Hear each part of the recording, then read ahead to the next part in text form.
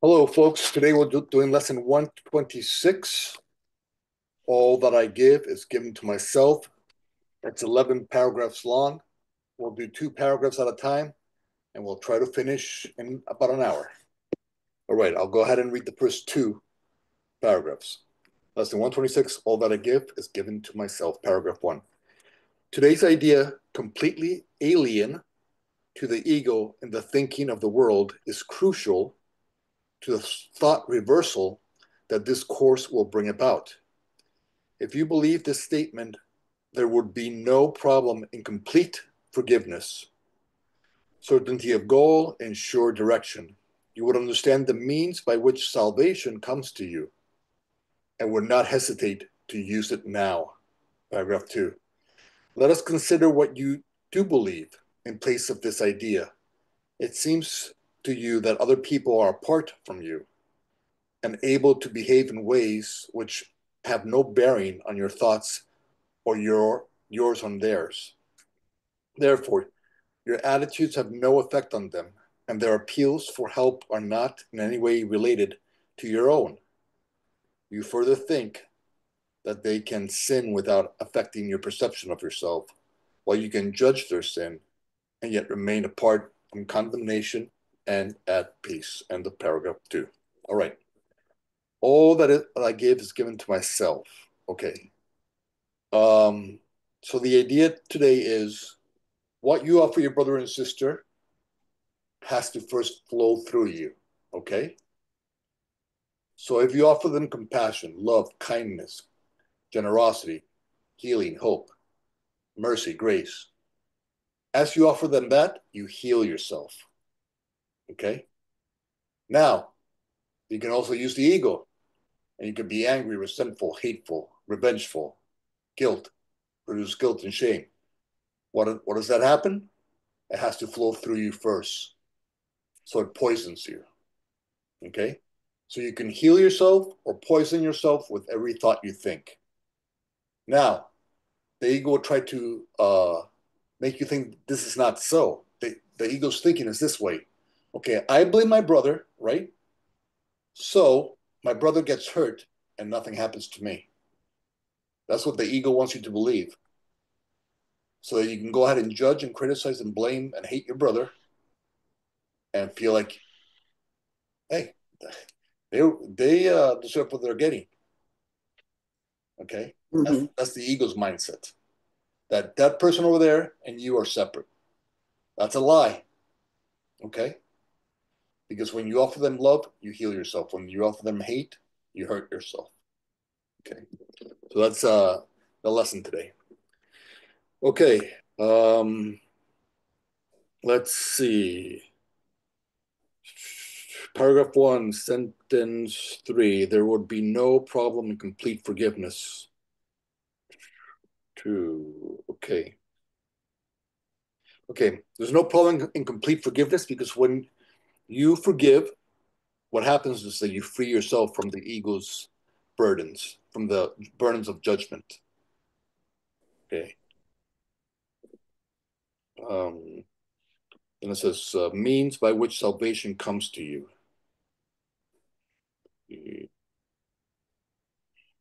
Okay, so saying that you can imprison yourself or free yourself through the thoughts you think.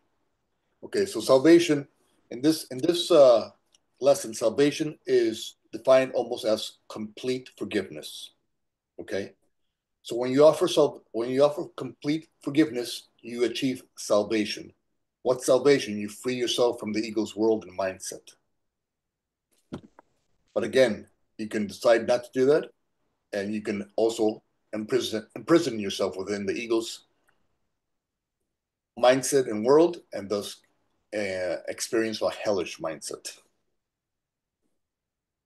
Any comments or questions for paragraph one and two?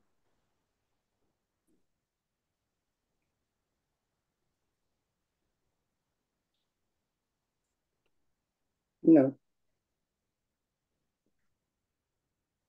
Okay. Um, Paragraph two, sentence three.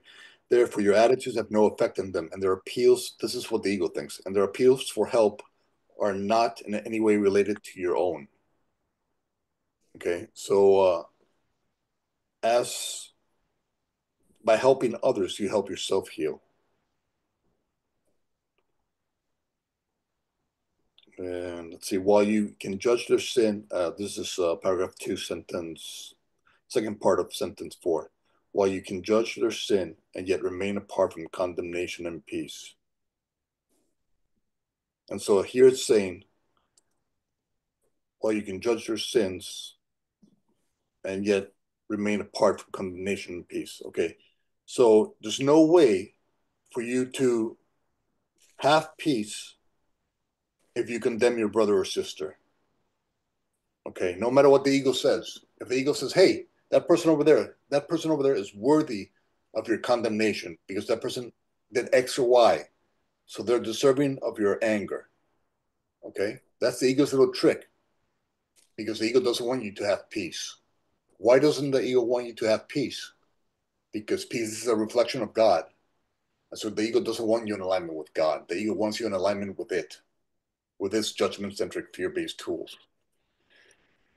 Any comments or questions? Paragraph 1 and 2 before we continue?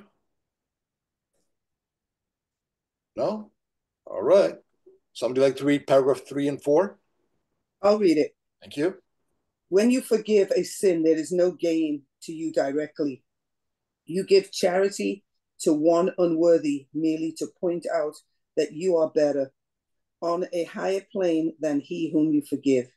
He has not earned your charitable tolerance, which you bestow on one unworthy of the gift, because his sins have lowered him beneath a true equality with you. He has no claim on your forgiveness.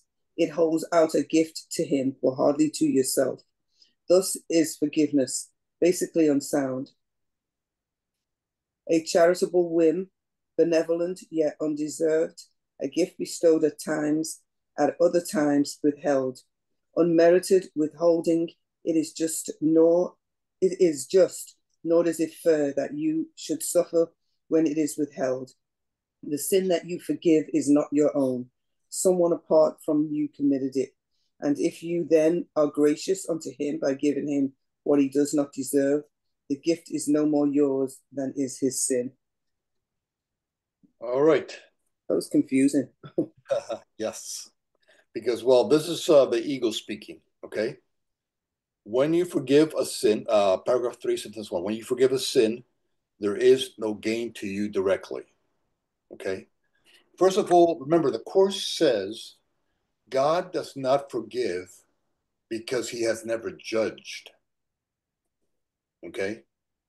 So, what we will want to try to do is we want to try to be like God because we were created to be like God. Okay, we were created to be loving lights in each moment and situation. And so here it says, when you forgive a sin, there is no gain to you. So that's just one of the ego's lies. Okay, so forgiveness frees you from the burden of judgment. Okay. Um, okay. Let's see. Paragraph 3, sentence 5. It holds out a gift to him, but hardly to yourself. Okay, remember, it's a gift to him, but hardly to yourself. Remember, the ego is always trying to separate, right? So it's you here and them out there. But in reality, whatever it is that you offer them, you experience yourself. So this is just an ego speak. Okay, so don't believe the ego when he's trying to tell you that someone else out there is separate from you. Because what happens? What happens when you think negatively of somebody? You hurt and punish yourself, right? You Mm-hmm. carry that burden of judgment. You can't go to sleep at night. Yeah. You toss, Yeah. you toss and turn at night because you're thinking that your judgments are more important than the peace of God. So you're valuing the ego's deceptions over God's truth. And God is saying, listen, just forgive and you will have peace. Okay. Any comments or questions on paragraph 3 or 4? Yeah, the Course talks about the same thing in a different place, and it refers to it as forgiveness to destroy.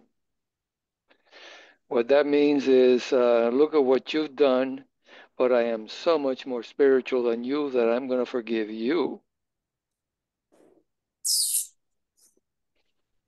Yes. That's forgiveness to destroy.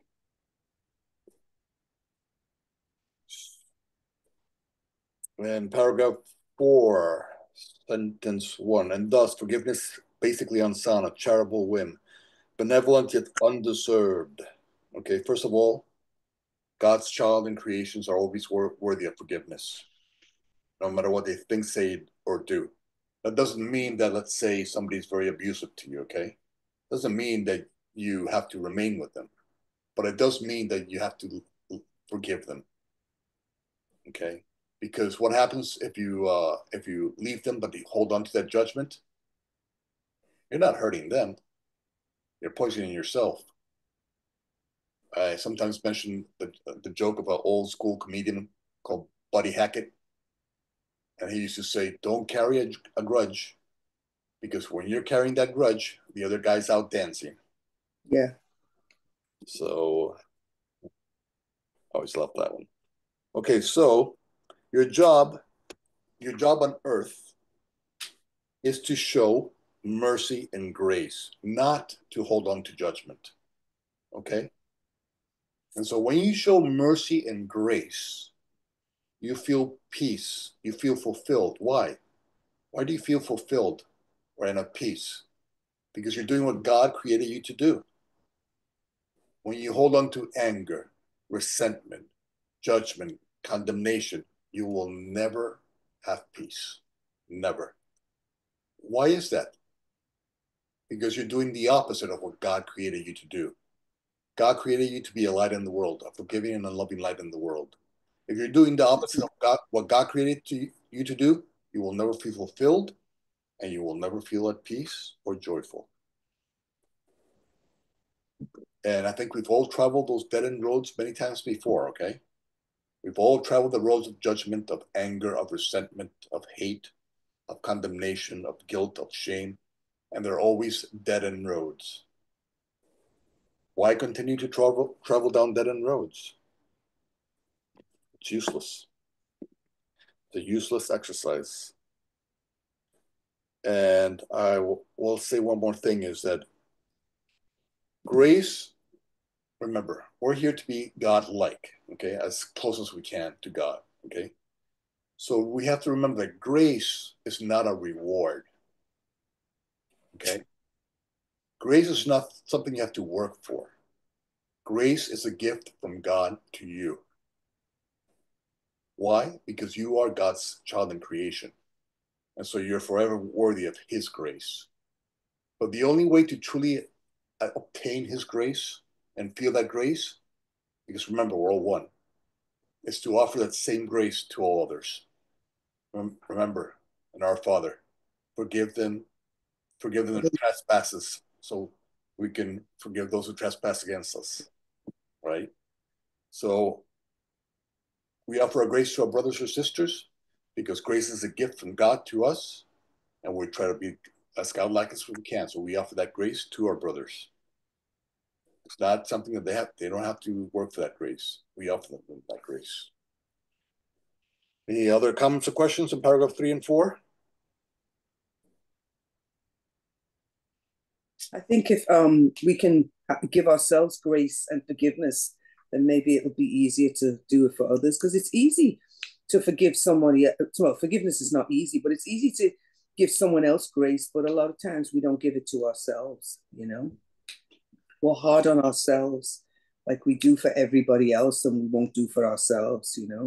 So I know that's a lesson I have to learn, is to do me. Instead of giving everything out, to focus on taking care of me instead of taking care of the whole world. Because then when you take care of the world and you take care of everybody else and they don't reciprocate, and then it stirs up all that anger and then you get mad at them, and then you don't forgive them because you're like, well, I'm giving you all of myself and you are not giving it, you're not reciprocating it. So then you get to resent them. Okay, let's remember one thing the Course in Miracles says, and that Mike mentions often, is your job is the miracle. Okay? The miracle extension, that's God's job. Okay. Okay? Okay. Your job is to forgive. Okay. Whatever happens after that, that's God's job. He's in charge of that. Okay. What you are in charge of is forgiveness, is grace, is mercy. That's your job. That's the miracle. That's the shift in perception. Everything after that, that's God's job. It's not for you to carry. I'll add something to that. You may say something loving to somebody, and that person will say, "Oh, you're so full of crap." Does Mm-hmm. that mean you made a mistake? You don't know if that person 10 years from now will say, "You know what Lorraine said to me 10 years ago that made me so angry? Maybe that's something I need to look at." Yeah. It's Yeah. a matter of readiness. If the person is not ready, as a matter of fact, when we see ourselves as victims, we have a strong thing about victims. Yeah. Uh, James always talk about gratitude. Yeah. You talk about gratitude, Yeah. you're attacking my story. Yeah. I'm a victim. Why are you talking about gratitude? Yeah. Yeah. Yeah. Yeah. If you're caught up in the ego mentality, you will see that as a attack on your ego story, Yeah. which is an attack on who you believe you are. Yes. Yes. Yes. Thank you, Mike. Mike, would you like to read 5 and 6? Sure, sure. Okay, 5. If this be true, forgiveness has no grounds on which to rest dependably and sure. It is an eccentricity in which you sometimes choose to give indulgently an undeserved reprieve. Yet it remains your right to let the sinner not escape the justified repayment for his sin. Think you the Lord of heaven will allow the world's salvation to depend on this? Would not his care for you be small indeed, if your salvation rested on a whim? You do not understand forgiveness. As you see it, it is but a check upon overt attack, without requiring correction in your mind. It cannot give you peace as you perceive it. It has not a means for your release from what you see in someone other than yourself. It has no power to restore your unity with Him to your awareness. It is not what God intended it to be for you. Thank you. All right. Let's see. 5 and 6. Okay.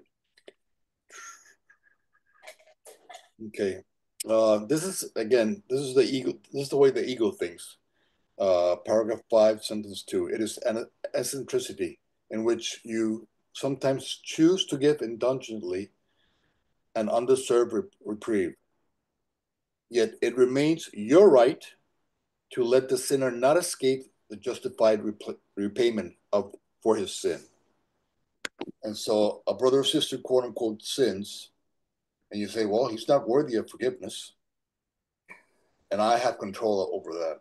I can control that he will not receive forgiveness. And this is the way the ego thinks. But we have to remember that the ego never delivers to us the peace we want. And so what we want to do is we want to always do the opposite of what the ego is demanding. Okay? That's a simple thing to remember. Let me do the opposite of what the ego demands. If the ego says that person is a sinner, he did X or Y wrong, he hurt me, then I must withhold forgiveness from him. That's what the ego says. That person right there, what he did, he's not worthy of my forgiveness. Okay? But that kind of thinking never delivers to you peace, the peace that you were created to be by God. And so just do the opposite of what the ego demands. Paragraph 6, sentence 1. You do not understand forgiveness. When we view the world, when we view forgiveness through the ego's lens, we don't understand forgiveness. Because to the ego, forgiveness is something that you have to earn. Okay? That's what the world says. That's what the ego says. You have to earn my forgiveness. But if you want to wait for people to earn your forgiveness, you might be waiting a long time, my friend. And so you're going to be carrying that burden of lack of forgiveness with you for a long time. You can do that, or you can do what the opposite of what the ego is demanding. And say, you know what? I co-created my journey with God. My journey is perfect for me. My brother and sister co-created their journeys with God. Their journey is perfect for them. I'm not going to judge what they co-created with God. That's between them and God. I'm just going to release them from my judgments so that I can have peace.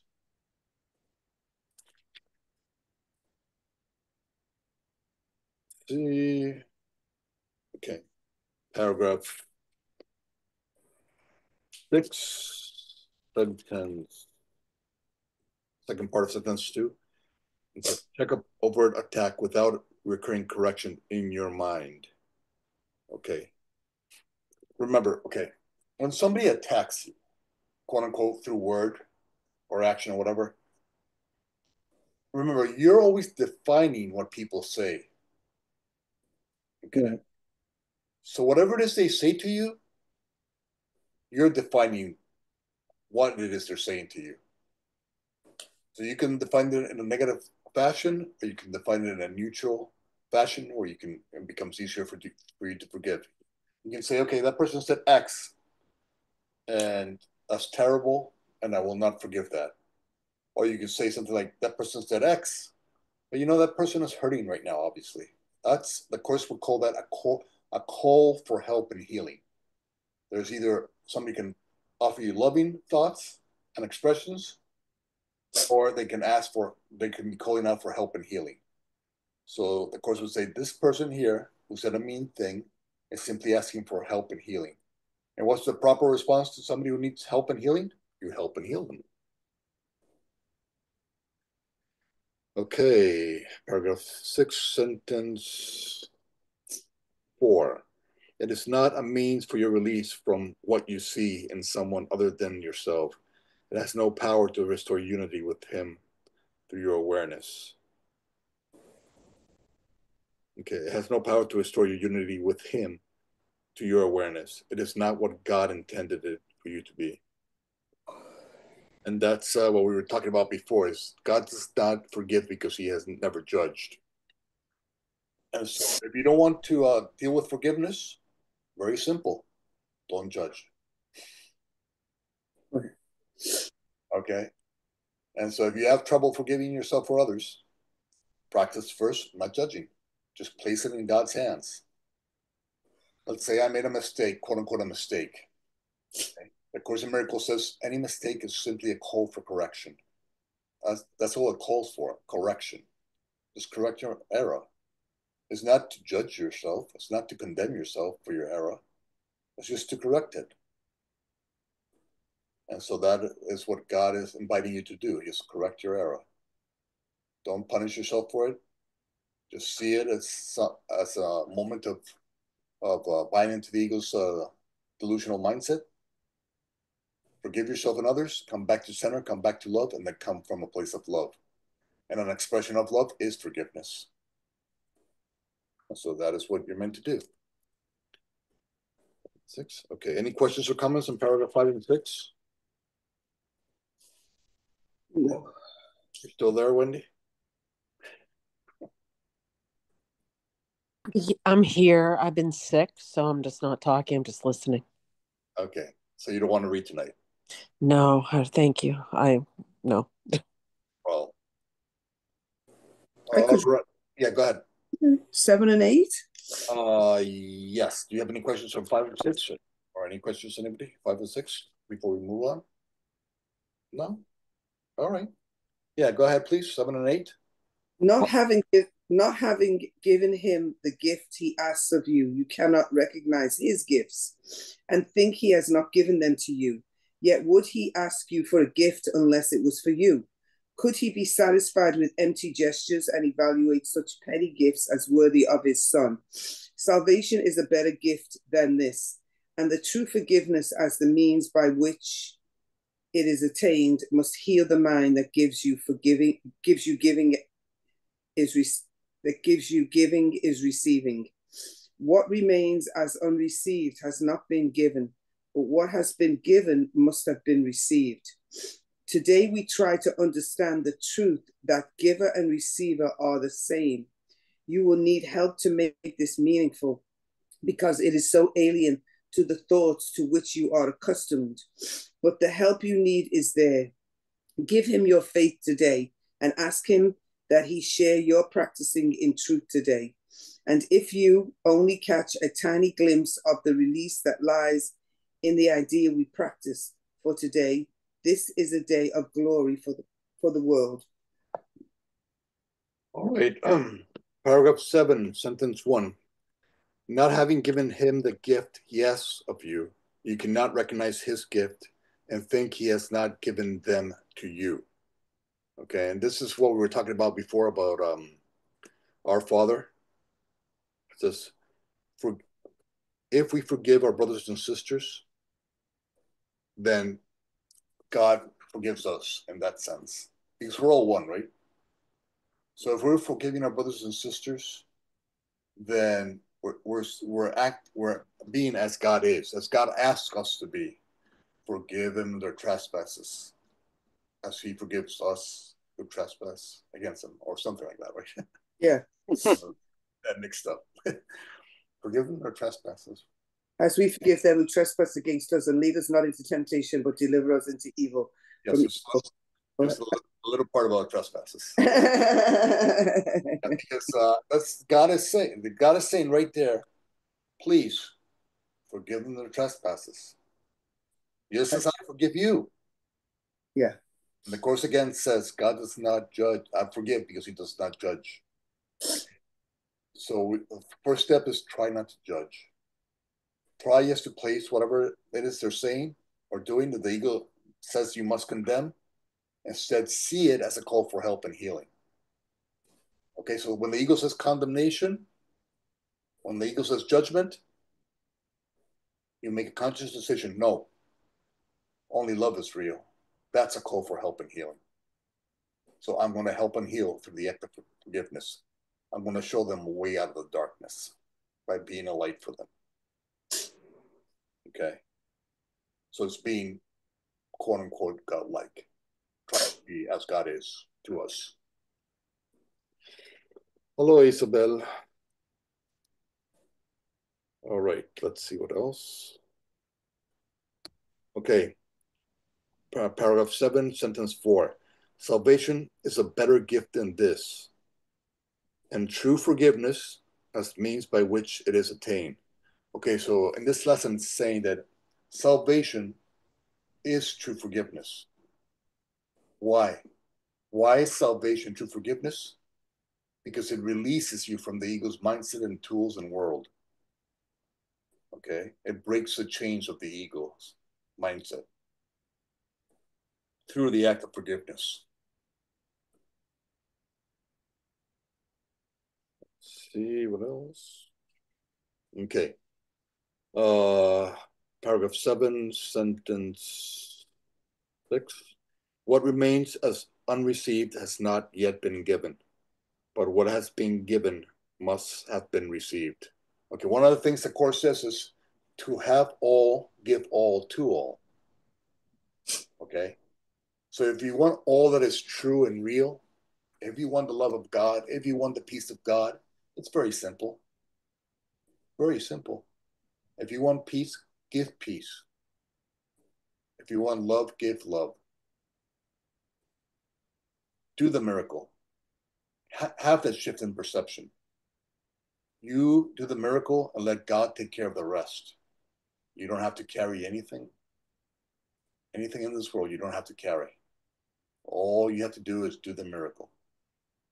See the love, see the call for help and healing and answer with help and healing. Any comments or questions in paragraph 7 and 8?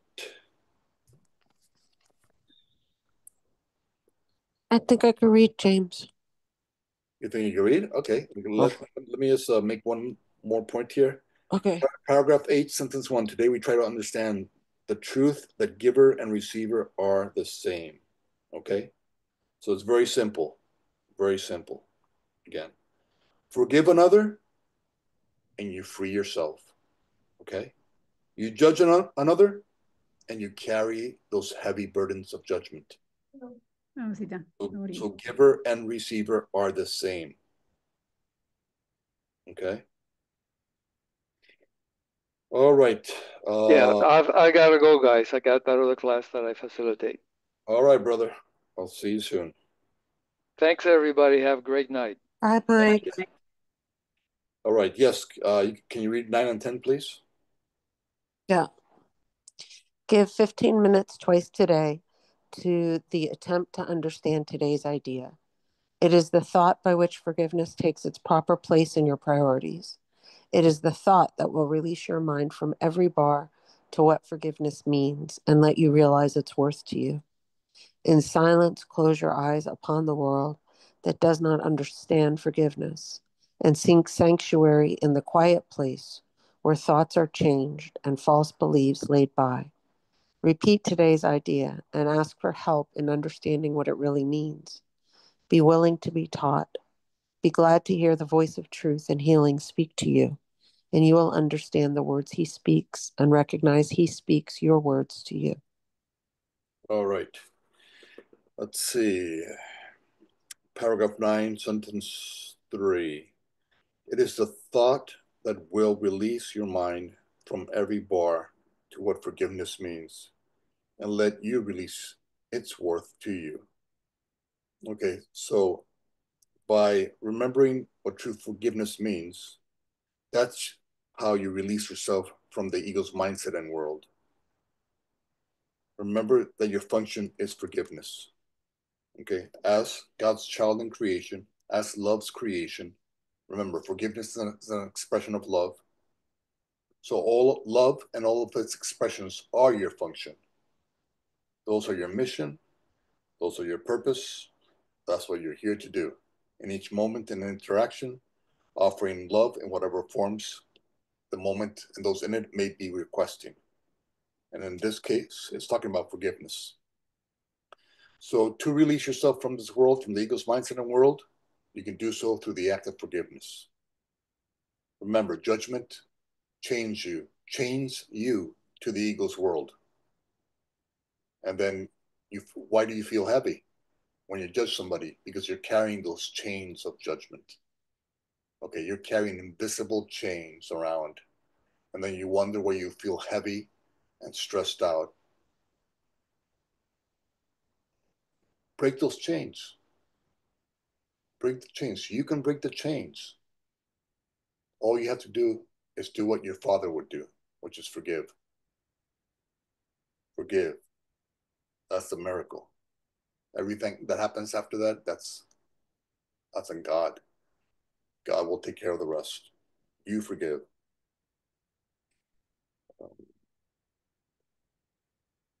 Let's see. Paragraph 10, sentence 1. In silence, close your eyes upon the world that does not understand forgiveness. Okay, this when it says close your eyes upon the world, it's kind of saying close your eyes to the ego's way of viewing the world. Okay? So when you close your eyes upon the world, you're closing your eyes on what the ego has taught you to see. And it's telling you right here that this world does not understand forgiveness. And so don't look for definitions of forgiveness in this world, because it does not understand it. And let's see, paragraph 10, sentence 2. Repeat today's idea and ask for help in understanding what it really means. Again, as we mentioned on almost every class, is the importance of asking for help. Because remember, we all have free will, right? So the spiritual realm is not going to get involved unless you ask, because usually they're not allowed to get involved unless you invite them in. And so you know what? If you're having trouble forgiving a brother or sister, invite the Holy Spirit in and say, Holy Spirit, help me see this differently. How can I see my brother's actions as a call for help and healing? Help me forgive them. And one thing that I always recommend for people who are having a hard time forgiving others or even themselves is invite God to forgive them for you first. Okay? So say, I cannot forgive my brother or sister. Okay. Because of X or Y, my programming says there's no way. No. That's just my past programming. Then, okay, right now I can't forgive them. Okay. So let me invite God, let me invite the Holy Spirit to forgive them for me. I say, Holy Spirit, please forgive my brother for me so that I can feel what you're doing, and that would help me guide me to a place where maybe I too can forgive them. But see, you see, God leads the way, the Holy Spirit leads the way, and he breaks through. And then the light can shine through. And you can see there's another way to be in that situation. Any comments or questions on paragraph 9 and 10?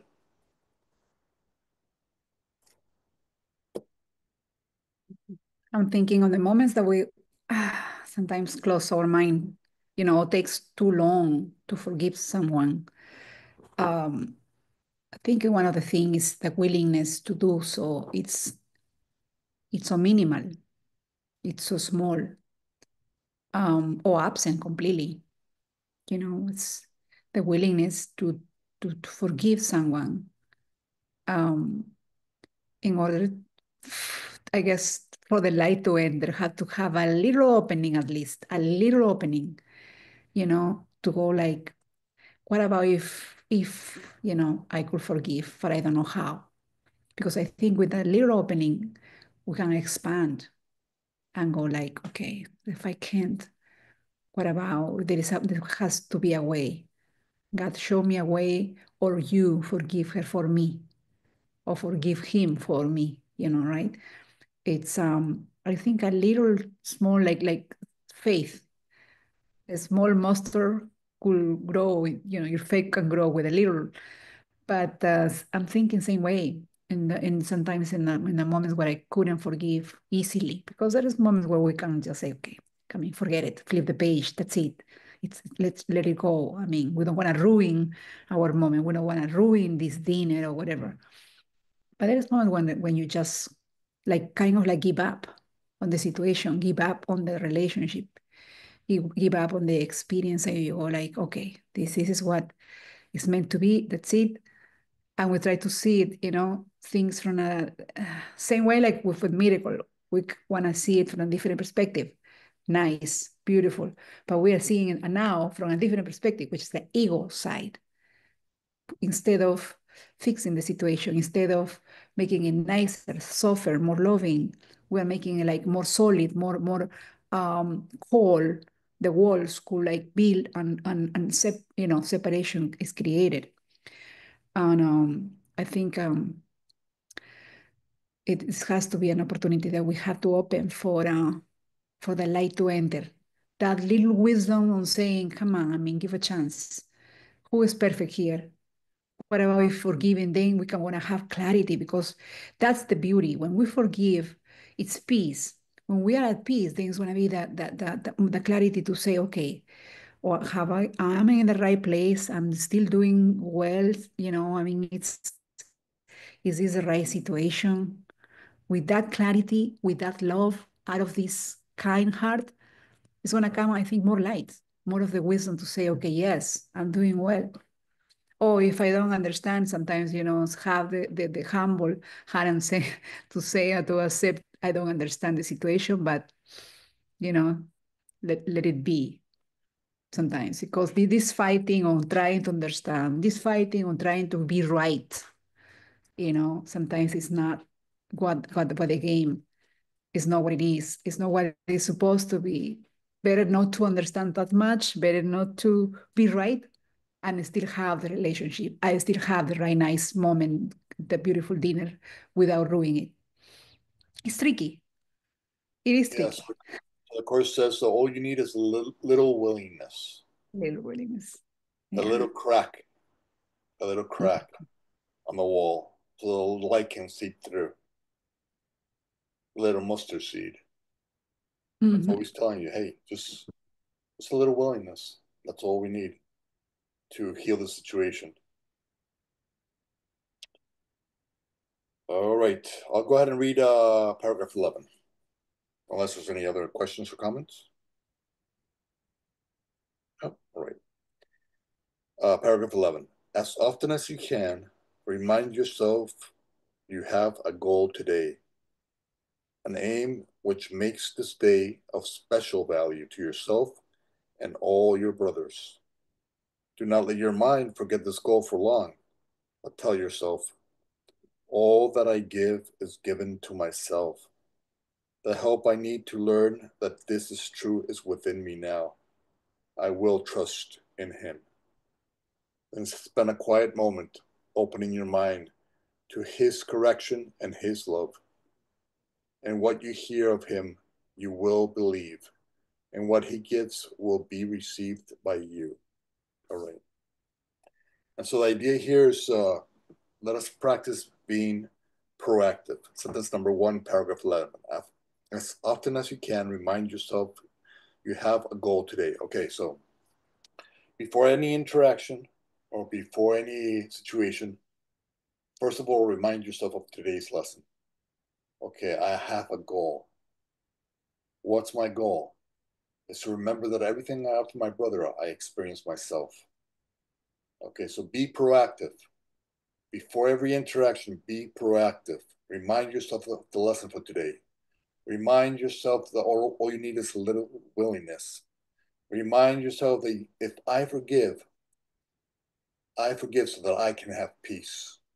I forgive so that I can become the light of the world that God created me to be. And so you set that goal before the interaction, which makes the interaction a ways to achieve your goal. And so if during the interaction you forget your goal, don't punish yourself. Simply, if you start to hear the ego whisper, hey, judge this person for what they're thinking, saying, or doing, stop. Okay, stop. Remind yourself that you have a goal and forgive. Forgive so you can be set free. Forgive so you can become a light for them within the darkness of this world. And then after the situation, okay, we have before, during, and then after. After the situation, take a little inventory of what happened. Was I forgiving? Did I open the little crack for forgiveness? Did I open the little crack so that God could come in and speak through me? Did I set myself free from this world's judgments? And if you didn't, don't punish yourself. Just simply recognize, okay, I'm going to do better next time. Next interaction, I'm going to be more focused on my goal. Okay. Any comments or questions from paragraph 11? What was the last thing that you said? You said, was I forgiving?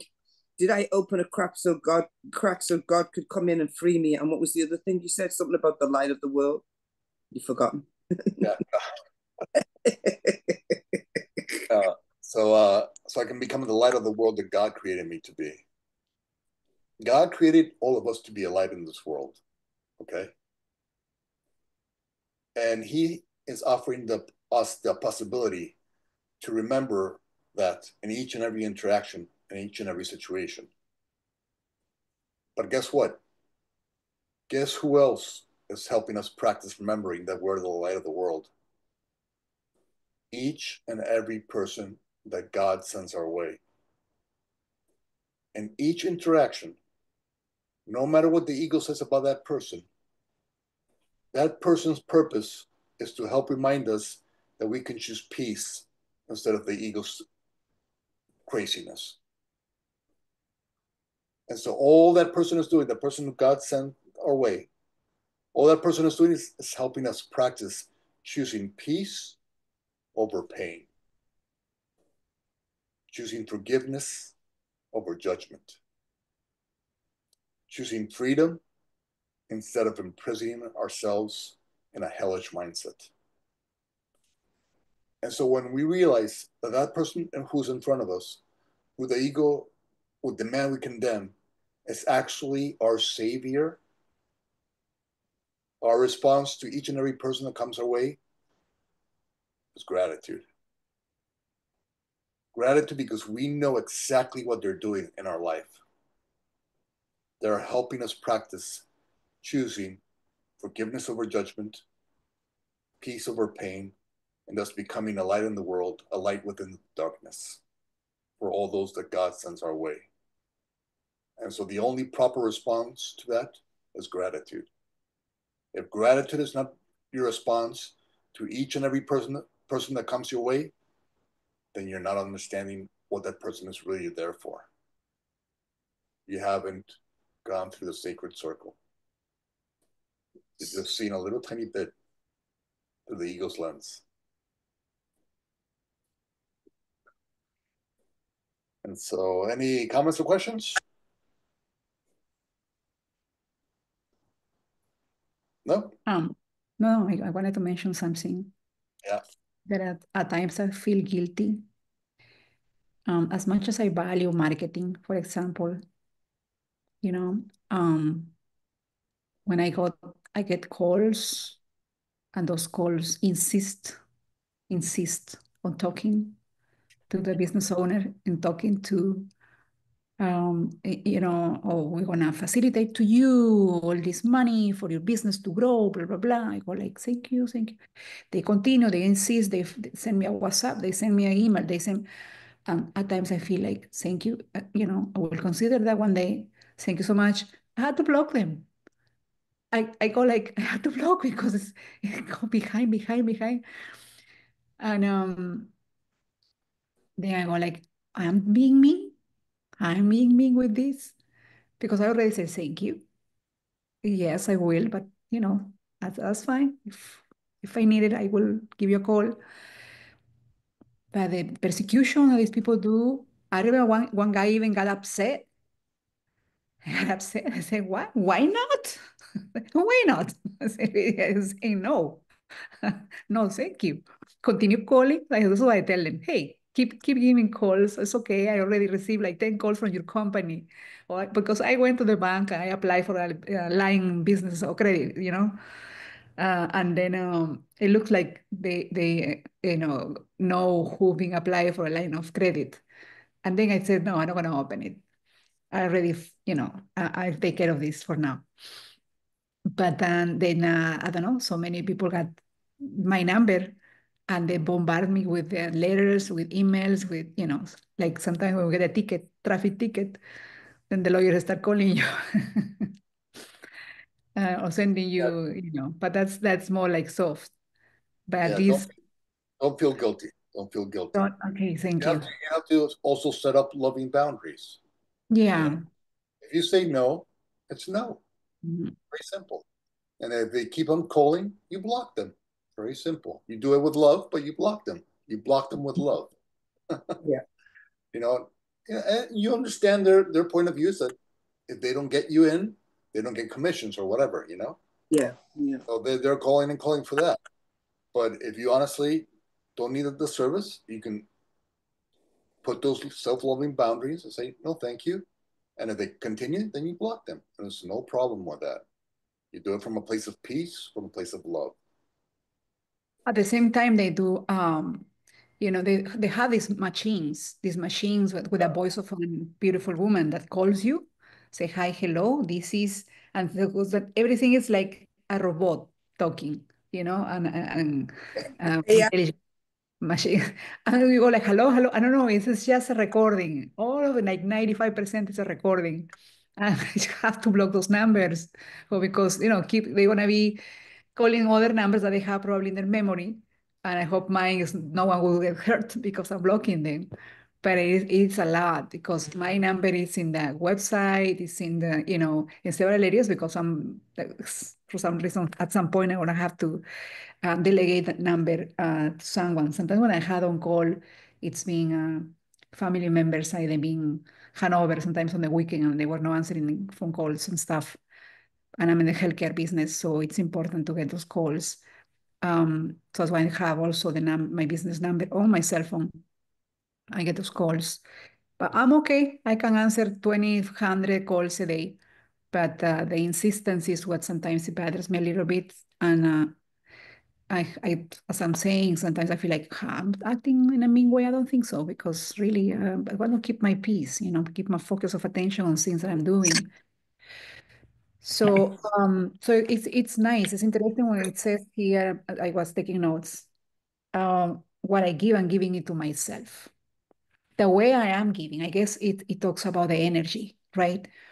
Because I could say no, and not necessarily it's a no mean. It's a no, as you said, it's a boundary that I have to set myself because other people won't do it. I have to do it myself. So, yeah, it's one of the ways to keep my peace. Same like sounds, vision, whatever, all my senses. I take care of, what I see, what I hear, what I touch, what I taste, and it's up to me what goes inside me, around me.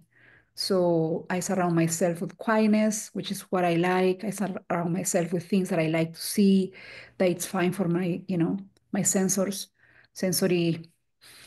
And and I think we have the right to take care of ourselves in that area, in that aspect. Yes. And as you were saying, to review. And that review can be every like 2-3 hours. Because at the end of the day, the memory will, it will not be that good. And I had the fear. Have I had this resentment? Have I had this situation, going on? This judgment that it's bothering me. I had to release it very often. I think as soon as it comes, the more we're growing in the book on in these classes, the more the awareness that we had to release those, and as often as it comes, so we can have more light heart, more like to the tip of my mouth, a smile that could come easily, a hug that can be, nice and gentle and warm. And because it's so many things, so many events happening every hour, every minute, and we could be triggered all the time. And those triggers, as you said, it's an awakening. It's a call to exercise more, the opposite of what the ego is telling you right now in the moment. But also it can build a little resentment. It can build some, this is uncomfortable. This is uncomfortable. Yes, I have to switch, but I have to also release the uncomfortable off because it takes an effort. It takes a little bit. In between this step and the other one, there is a gap, right there in the middle. How I am when I did this switch. I'm doing it like automatically. Sometimes it won't go. In my case, doesn't go that easily. But yes, in my mind is working at least that, yeah, I cannot be that serious right now. I cannot be that, harsh. I have to be more soft, more nice, more gentle. My feminine side, more into practice. And yeah, it demands on releasing situations that are uncomfortable in a more often basis. Yeah, give whatever you feel like you should not carry, give it to God. Just practice giving it to God. You keep all the love, you keep all the peace, all the joy, and give the rest to God, because God wants you to let it go to Him so that you can be a light in the world. He put you here to be a light in the world. And so whenever any of that stuff is blocking your light, just give it over to God. And because that's what He wants, because He wants to take that from you. He wants to take your burdens from you so you can be the light that He created you to be, that He created all of us to be. And so with that said, folks, thank you very much. It was lesson 126. All that I give is given to myself. And God willing, we'll see each other all soon. Okay, thank you so much. Bye, everybody. Thanks. Bye. Bye. Bye-bye. Bye.